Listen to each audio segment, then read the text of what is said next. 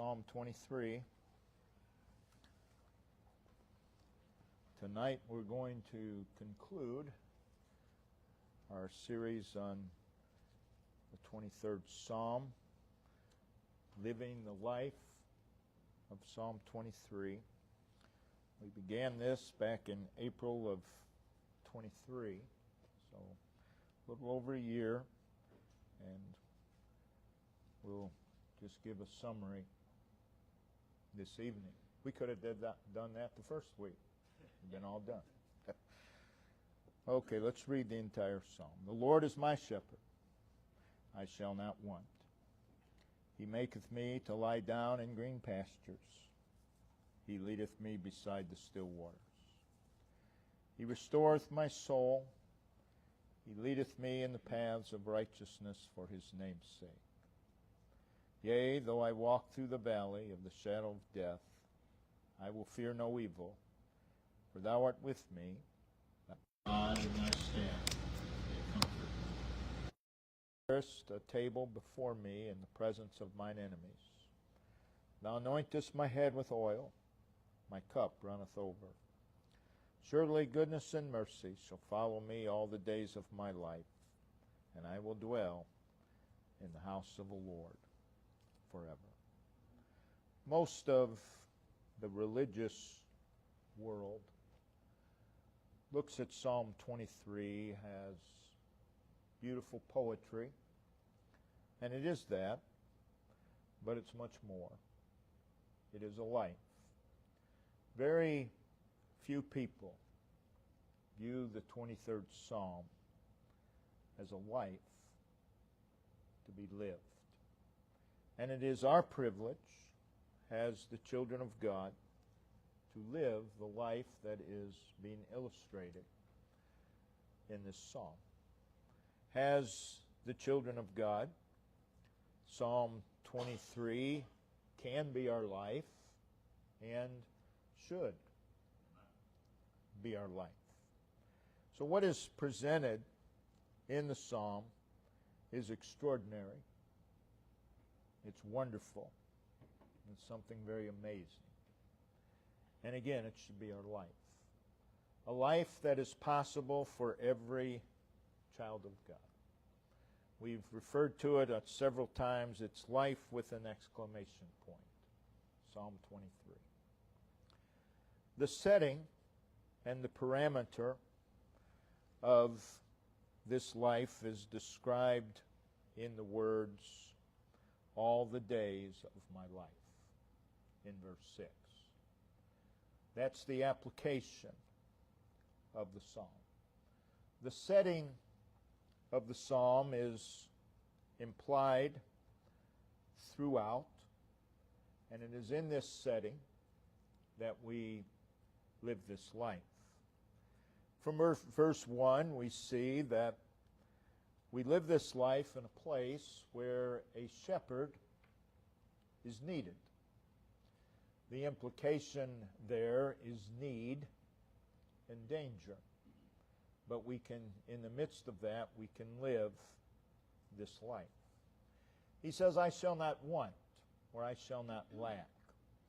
The implication is that the world is a place of deficiency. But it is in that place, in this place, that we can live this life. It is a place where rest is needed. The implication being that the world is a very demanding, a very draining place. It is a place where refreshment is needed, implying that the world is a spiritual desert. It's a place where restoration is needed. He restoreth my soul. The implication is that the world is a place of spiritual regression. The world is a place of decline. And we all experience from time to time spiritual regression, spiritual decline. It is a place where divine guidance is needed. The implication is that the world is a place of ignorance, a place of waywardness, a place of error. It's a place where courage is needed. The implication is that the world is a place of anxiety, a place of fear, a place of uneasiness. But it's in this place that we can live this life.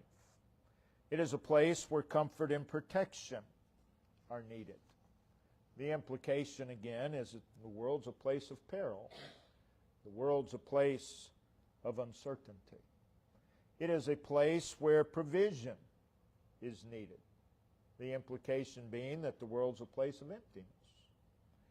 It is a place of enemies. The implication being that the world is a place of opposition. It's a place of warfare. It is a place where divine anointing is needed. The implication being that the world's a place of trouble, a place of inconvenience, a place of vexation.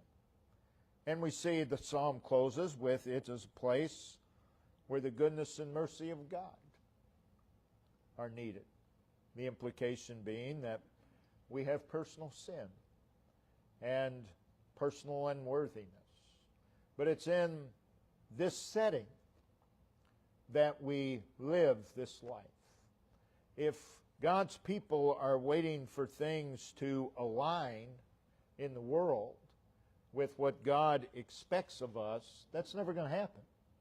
We live this life in a world that is opposed to everything that the child of God stands for. So in spite of the setting, we can live this life that is described in Psalm 23. The reason we can is because the Lord is. That's the reason. The reason is not in us. The reason is in the first three words. The Lord is.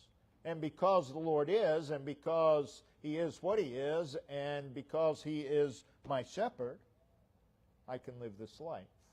So the reason we can live the life is Him. So we have to depend upon Him. Now the parameter of the psalm, again, is all the days of my life. All the days of my life. We don't know what a single day is going to bring forth. Days are filled with uncertainty. Days are filled with change and variance. But in and through it all, we can live this life that is described here in Psalm 23. Why? Because the Lord is. And because He is our shepherd. So Psalm 23 is more than poetry. It's more than a song. It is a life. And we ought to live in the reality and the experience of the Lord is. Just to live in the reality and the experience of the Lord is. What a life. What a wonderful life. And then the Lord is my shepherd. And this is so all the days of my life. So, as a summary, we'll just review each heading. We spent several weeks, sometimes months, on each heading. But we'll just review that. It is a life lived with God as the subject. Every life has a subject. Every life. This life that we're talking about is a life lived with God as the subject. The subject of the psalm is established in those words, the Lord is my shepherd. That's the subject of Psalm 23. The rest of the psalm builds upon that subject. So, the life of Psalm 23, the subject of that life is the Lord is. The Lord is my shepherd. That's the theme. That is to be the theme of our life. That is to be the topic of our life. A lot of God's people live very unhappy lives. And the main reason, and that's always the reason, is because they have a wrong subject. They center their life around the wrong thing. The subject is what everything else is centered around. So this is a life where God is the subject. That is, everything in our life is centered around God. It's not that we're trying to fit God in where we can fit Him in, but everything revolves around the subject. He's the substance. He's the essence. He's the highlight.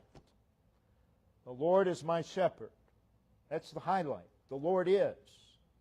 That's the highlight. And again, He's the main feature. This is true of the psalm. It's true of Psalm 23. He is the main feature of the psalm. And so it is with the life of Psalm 23. He's the main feature. So the Lord is my shepherd. This is the foundation of the psalm. And this is illustrated throughout the psalm. Everything in the psalm, every phrase in the psalm comes back to the Lord is my shepherd. Every single phrase comes back to that. And if we're going to live the life of Psalm 23, everything comes back to, everything is built upon the Lord is. The Lord is my shepherd.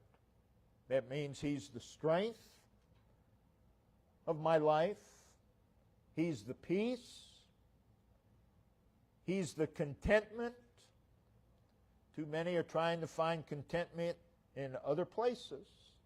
If you can't find it in the Lord is, and the Lord is my shepherd, you're not going to find it. It means that He is the fulfillment of our life. He is the happiness, and this is all illustrated in the psalm, and it all comes back to the Lord is. The life being described is relational to the Lord is my shepherd. Again, He's the subject, so everything about it relates to that. It is a life relational to the Lord. So it is interpersonal life with Him. It is a life of close relationship with Him.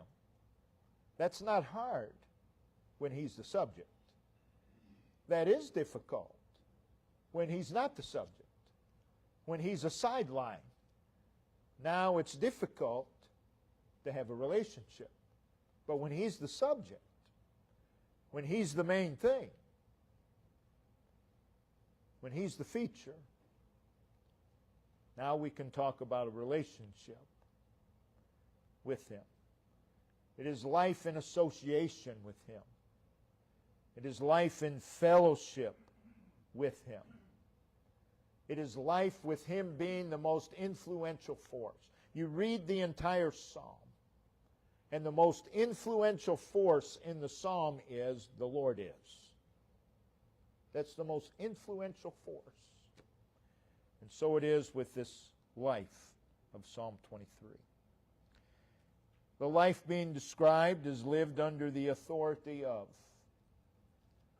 the Lord is my shepherd. So many spend their lives trying to escape authority. It's the only way you can have a happy life is a life lived under the authority of the Lord. No other way. So, the Lord is my shepherd places us in a position of submission, places us in a position of subordination. Again, this is not difficult when He's the subject. Now, if we make ourselves the subject, submission and subordination are very, very difficult. The two do not coincide. But if He's the subject, then we don't have a problem with His authority. So when somebody rebels against God constantly, the problem that needs to be addressed is the subject of their life. The subject of their life is wrong, and I guarantee you the subject of their life is themselves.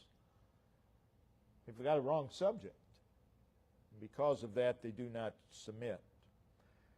What we're talking about is a life recognizing the authority of the Lord and obeying and yielding to that authority.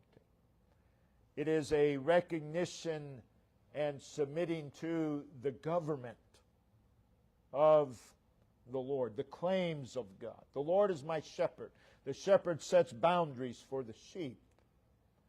It is a life submitting to the boundaries of God. There are those who profess salvation and all they do is fight against God's set boundaries. Those boundaries are there for our good. Those boundaries are there for our happiness. God's standards. It's submitting to God's standards. So it is a life with God as the subject.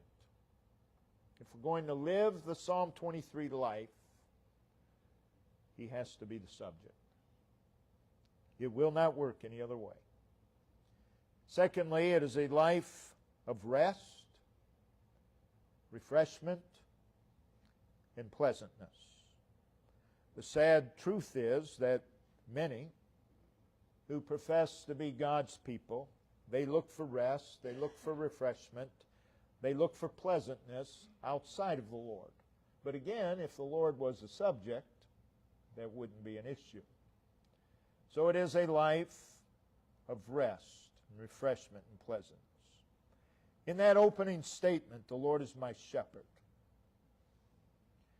you have the watchful care of the Lord for His own in those words. And in the remainder of the psalm, this watchful care is illustrated in many different ways. And it is personally experienced by the sheep. To experience the Lord's watchful care. To live life knowing that you are under the watchful care of the shepherd. There's comfort there. There's assurance there. There's satisfaction. And this is stressed in the words, I shall not want. As the Lord is my shepherd, I shall not want any other. The Lord is my shepherd, I shall not lack. It's a life of assurance. It's a life of rest and refreshment. It is a life, as you read on in the psalm, that involves green pastures and still waters. And again, this is in the setting of the psalm, in the setting of this world. God has green pastures. God has still waters. We don't have to create green pastures. We don't have to create the still waters. They're already there. And He knows where they are. And He leads His people. He causes His people to lie down in green pastures. And He leads them beside the still waters. These are special places. Here we are in this world. And there are special places. Special places for the child of God. Places that are available and accessible to the child of God. All the days of my life. All the days of my life. These are places of spiritual health. These are places of spiritual invigoration. Places of satisfaction. They are places of oasis. And God knows where they are. Again, we don't have to create them. He already has. The world is a spiritual wasteland, but in the midst, there are God-provided places for us. They're for us. They're for the sheep. Places where we can find spiritual calm.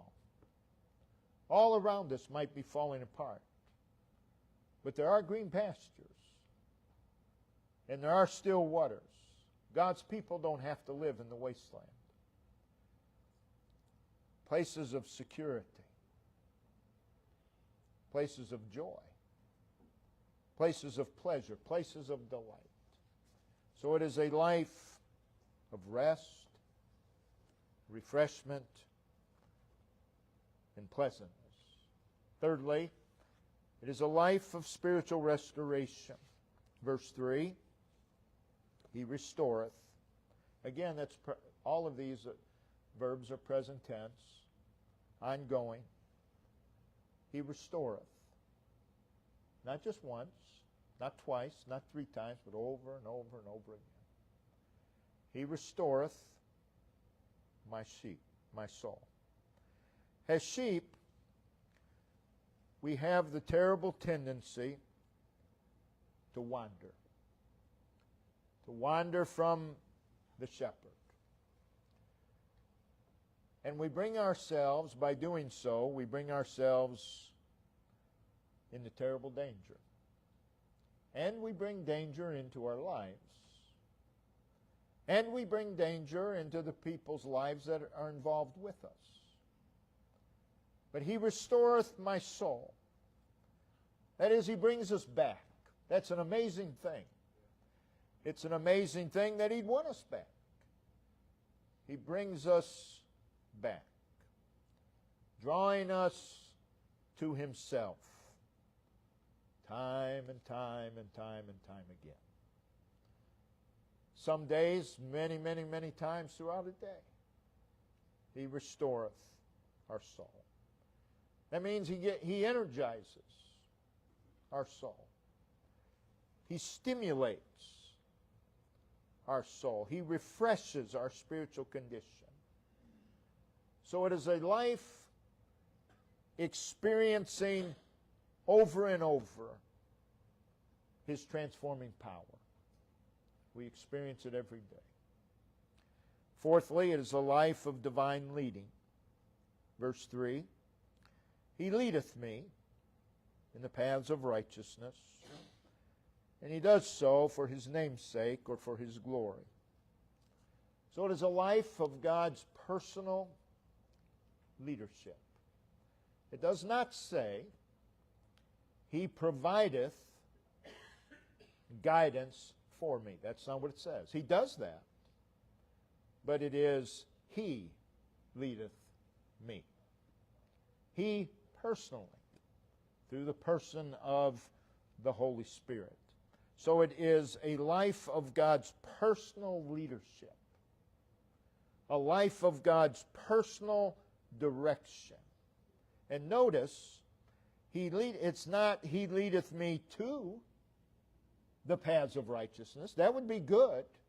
But the problem is, He could lead us right to it. We still wouldn't go in it. So He leads us in it. He guides us in it. And then while we're in it, He continually guides. So it's in, not merely to, the paths of righteousness. In His leading, He leads us through many, many things. Leads us through many dangers. Leads us through many trials. He leads us through. All of His leadings, He leads through. He leads forth. He leads us forth. I don't believe the Lord leads us backwards spiritually. That's not the Lord. The Lord's always leading forth spiritually. But whether through or forth, His leading is always in the paths of righteousness. He doesn't lead us in the paths of error. Doesn't lead us in the paths of blasphemy and heresy. He leads us in the paths of righteousness. His paths will result in righteousness. So it's always that which is good. It's always that which is upright. Always that which is moral. Always that which is proper and correct. He leadeth me. If someone is leading you, you better hope they know the way. He leadeth me. There should be no doubt. God knows the way. He leadeth me. It is a life following His leading. Not rebelling against it, but a life following His leading. He leadeth me. Me.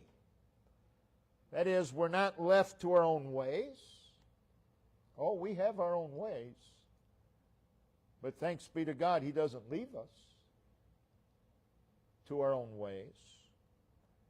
He doesn't leave us to walk in the light of our own eyes and after our own desires. He leadeth me.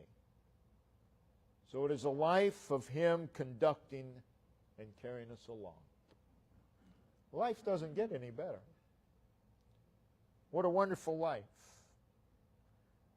Fifthly, it is a life of walking through. Walking through. When you come down to verse 4, you will remember, he says, "Yea, though I walk through the valley of the shadow of death." Walk through. That's always true on this earth. Our earthly lives are our traveling days. And that's conveyed in those words, I walk through. Through. Into and out of. That's through. I walk through the valley of the shadow of death. I'm not to get stuck there. I'm to walk through it. There's going to be trials. There's going to be difficulties. Not to get stuck in any of those. I'm to walk through them under His guidance. So this life is the walking through phase. Beyond this life is our dwelling place. Nowhere on this earth is our dwelling place. Our dwelling place is beyond. This life is walking through. And he says, yea, though. Yea, though. That means despite the fact, or however, or nevertheless. Yea, though. They are words of confidence. No matter what we face in life, if we're living the Psalm 23 life, we're confident. Why? Because the Lord is. And He's our shepherd. The words of assurance, the words of faith, the words of hope, they're words of gratitude and wonder. And they are the direct result of the Lord is my shepherd. Yea, though I walk through. And because the Lord is our shepherd, we're not to get stuck. There are God's people who spend their whole life stuck. No child of God has to live that way. And those who are stuck have convinced themselves that that's just the way life is. No, it's the way they've made life. It doesn't have to be that way. We're to be walking through. A steady progression. Yea, though I walk through. We're to be progressing spiritually. And beyond, as we walk through, beyond is our dwelling place. We don't have to live under the control of circumstances. We can walk through. Sixthly, it is a life of His presence. In verse 4, he says, I will fear no evil. For, here's the reason why, I will not fear evil. Thou art with me. Thou, as the Lord is, the one who is my shepherd, the one who makes me lie down in green pastures and leads beside still waters and restores my soul. Thou art with me. And again, here in verse 4, for the first time in the psalm, David is not talking about the Lord. He's talking to the Lord. You see that in the personal pronoun thou. Thou. So it's a life of His presence. Seventhly, it's a life of growing relationship. And again, he now refers to the Lord in third person. He's talking to the Lord. It's a life of relationship. Everything about the Christian life is a relationship. It's not just rules. It's a relationship. There are rules. There are regulations. There are boundaries. But that's not what it's about. It's a relationship. He's the subject. What a wonderful life. Don't just bring it down to a bunch of rules. It's so much more. It's a life of relationship. And the truth is, if you have a right relationship, the rules look different. You have a different view of the rules. You have a different view of His boundaries. It's a life of comfort. He says in verse 4, Thy rod and Thy staff, they comfort me. He doesn't say, Thy rod and staff, they comfort me, but Thy rod and Thy staff. It's not necessary to put the pronoun before both, but He does, and that's important. Thy rod, Thy staff. What's that tell us? The comfort is not so much in the rod, not so much in the staff. The comfort is who it belongs to. Thy rod, Thy staff. They comfort me. So there's strength. There's strength. There's vigor. There's relief. Assurance and encouragement from the rod and the staff in His hands. In His hands. Ninthly, it is a life of a prepared table. Verse 5, Thou preparest. Again, ongoing, continuous. It's not God has prepared a table, but He continues. Fresh supplies on the table all the time. Thou preparest a table before me. He doesn't hide it. It's before us. That means it's not. You can see it. If you can't, it's because you're looking in the wrong place, and because God's not the subject. Thou preparest the table before me in the presence of mine enemies. Not just in the presence of enemies, but in the presence of mine enemies. God is the reason for the prepared table. Thou preparest. It is a God-prepared table. Now, does that table have a few scraps? No, it's a table of feasting. And it's before us. It's not hid. It's right there. It's right there.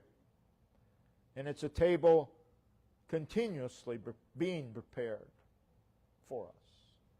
It is a life-sustaining gift every day.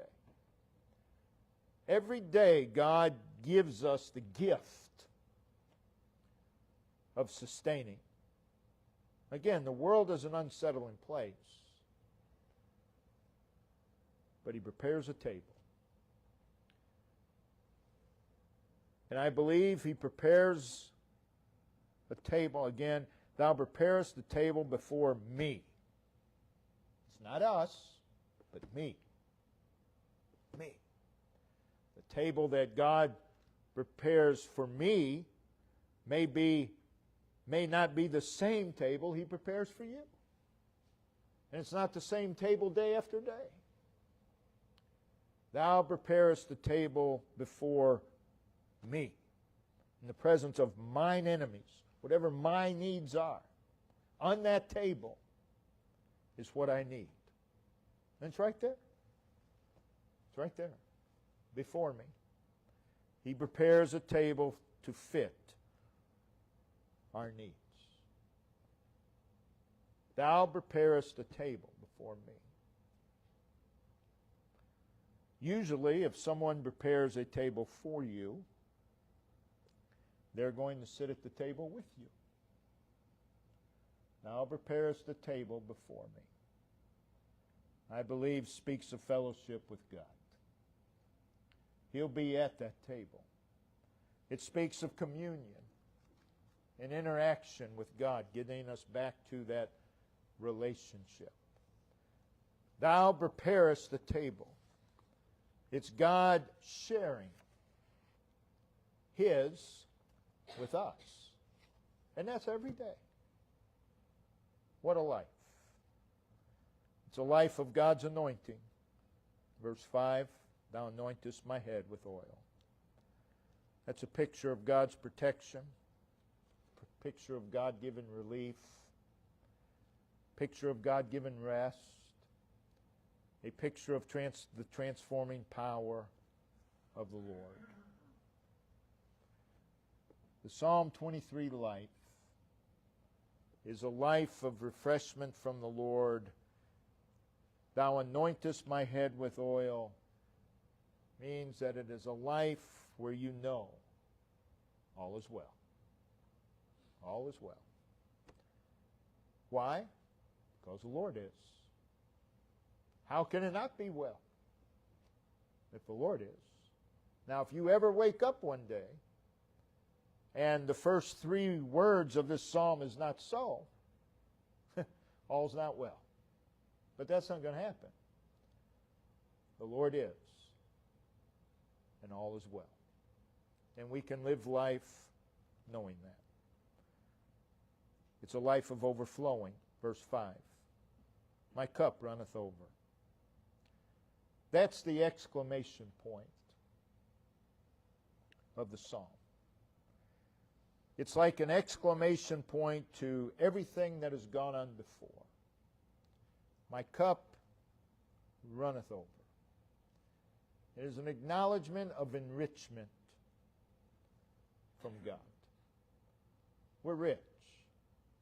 He has said, the Lord is my shepherd. I shall not want. He maketh me.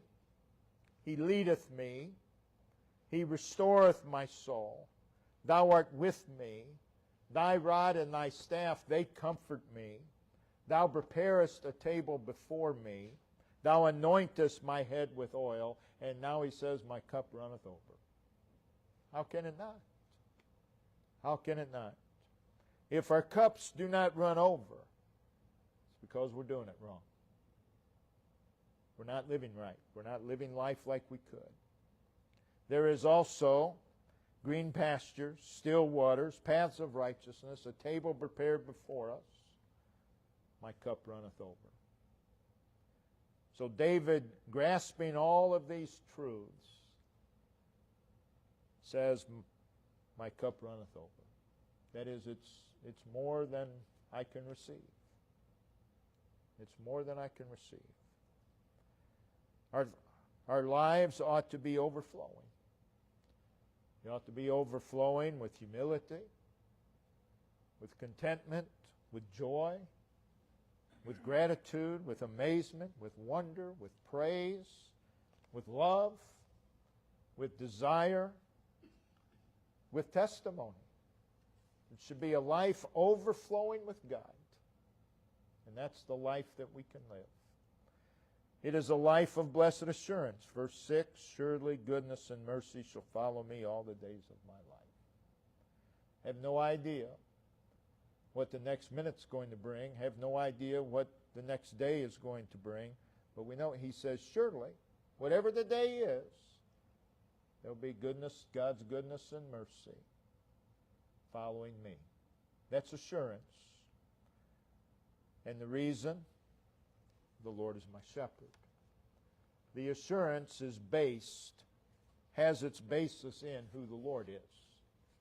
That's where true assurance is found. Assurance has to have basis, otherwise it's foolishness. And the basis, again, is the Lord. So it's a life of confidence in who and what the Lord is. It's a life of anticipation. Verse 6, I will dwell in the house of the Lord forever. There's assurance there. There's anticipation. We have a glorious future, separated only by now. It's the only thing that separates us from a glorious future is now. I shall dwell in the house of the Lord forever. So the psalm begins with the Lord is my shepherd. And what follows is the illustration of that fact. That's what the psalmist is doing. He's illustrating that truth. The Lord is my shepherd. In those words, there is a bond, there is a friendship, there is a closeness, there is a togetherness, there is an affection between us and the Lord. There is an ongoing concord of heart with God. It is simply, as we've mentioned many times, a life of enjoying God. Living life enjoying God. Not just, again, most of God's people enjoy truths about God. We all do. But this is more than that. You can enjoy a truth about God without enjoying God. We're talking about a life of enjoying God. Just living in the enjoyment of who God is. Basically, the Psalm 23 life is a life lived in the reality of who He is. The Lord is. That's the first three words. The Lord is. So through the 23rd Psalm,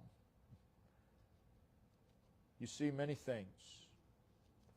Many beautiful things throughout the Psalm. But they're only things if detached and isolated from the opening statement. The Lord is my shepherd. Everything again comes back to that. For you and I, the 23rd Psalm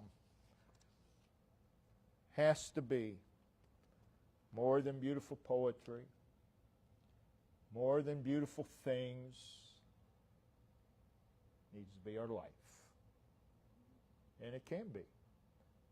And then when this life is over, I will dwell in the house of the Lord forever. I mean, it doesn't get. How can it get better than that? Have a wonderful life. And then when it's over, I'll dwell in the house of the Lord. It gets even better. So we pray that we can live this life of Psalm 23. Brother Ben, if you'll come and